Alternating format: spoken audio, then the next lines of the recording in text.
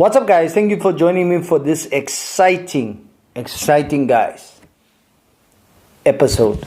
So this one is about a former prophet that tells the truth about what is happening in the cults. He's also established apologetics within his framework of building a defense for the faith after his impact on what was happening in certain churches and then also beliefs. But I also believe that came out because, certain things that this occultic churches normally does is the first thing is that they try to suppress, it's part of the characteristics, they suppress critical thinking, and that's why it's so easy. That's why they so easily mind control their followers. Now, I also made a particular video concerning the cult practices within churches. That video will be down, linked in the description. Also, guys, check out the pinned comments to see if there's any other videos that was done today. I'll catch you on those ones. But first, let's jump in. Quite interesting stuff. This video was 1 hour and 42 minutes long. We'll only take bits and pieces here and there, just so that you guys can see. Now, if you have already watched this video, do make sure you share it with somebody. But first, let's jump in. Out of the desire to be free from the things that they think hold them captive, end up in a place where they think they are finding solution, not knowing they are jumping out of the frying pan into the real fire. Because for every so-called curse broken, there are 3 more chains that are put on them. Before they know it, they are in completely. So intellectual, spiritual, emotional. Damn. Quickly. Go on. Another sociologist has told us that there are 2 major factors why people join a cult. Number 1 is the tactics that a cultic group uses. What's the tactics, the cultic strategy for recruitment? How do they attract you?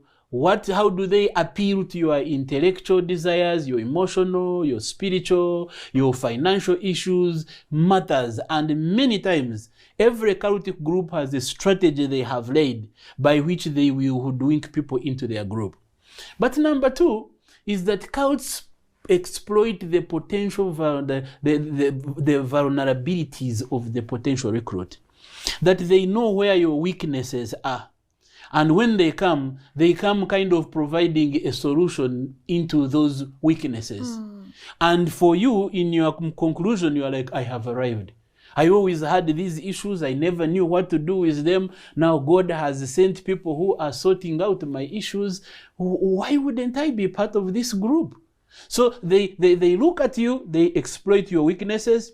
But on the other hand, they have some strategies for different people on how they will get you in. They have a strategy for students whom they know they are passionate, they are available, but they are financially broke. Either through scholarships or lunch money, or we will pick you with the buses to come to our churches every Sunday. They know when they come to a group of young unemployed graduates, you need jobs. They will create jobs for you, but those jobs come with terms and conditions. While you are working with us, you dress this way, you believe this way, you don't go here, you don't talk this way. So what appeared like a breakthrough is actually a bondage, because the job is packaged in many things. And at the end of the day, it's not even the job that matters. It is the wrappings that it has come with that eventually affect how you will end up. My goodness. Guys, there's something that just stood out. And I also have, also encountered people that is in occultic churches. And one of the things that is, they are very, very well equipped in terms of building walls for you not to get through. Very much. They filter out all, doesn't matter what you want to bring to them, they filter it out. And because of critical thinking being eliminated in the process, for them not to think what is happening, they are fed anything and they believe what they pass. It's almost like your child. When you look at your child, no matter what the teacher says, the teacher is always right. It doesn't matter what you say. If you point them this, it's like, no, my teacher said this is what we need to do. That's exactly the tactics and principles they use. What was also interesting is that the target of strategy, which simply means how they structure their operations in terms to recruit these people using their vulnerability, their emotions, their spiritual needs and stuff like that.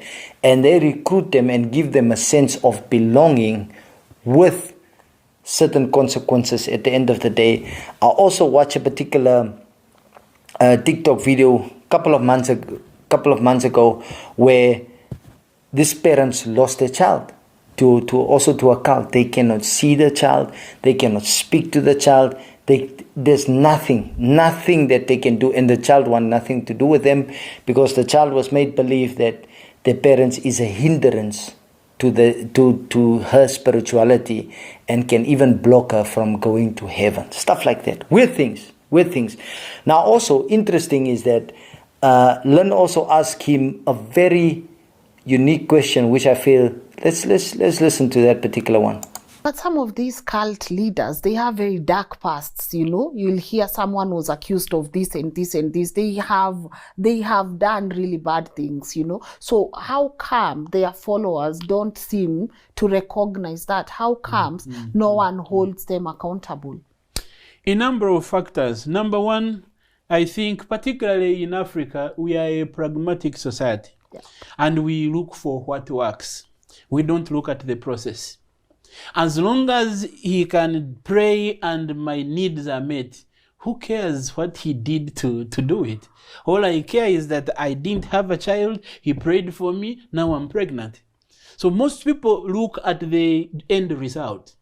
The miracle happened, and therefore whatever else is going on, I don't care to know. I mean, if he was really that bad, would God have used him to heal me? No. So if God could have used him to heal me, his sexual immorality doesn't really matter. And God, maybe his polygamy, that's a special, God has given him a special privilege he's not giving to everyone else. and God is also a God of forgiveness. Yes, some are quick to say that. Why do you judge the man of God when you know? My goodness, this is bad, guys. This is bad.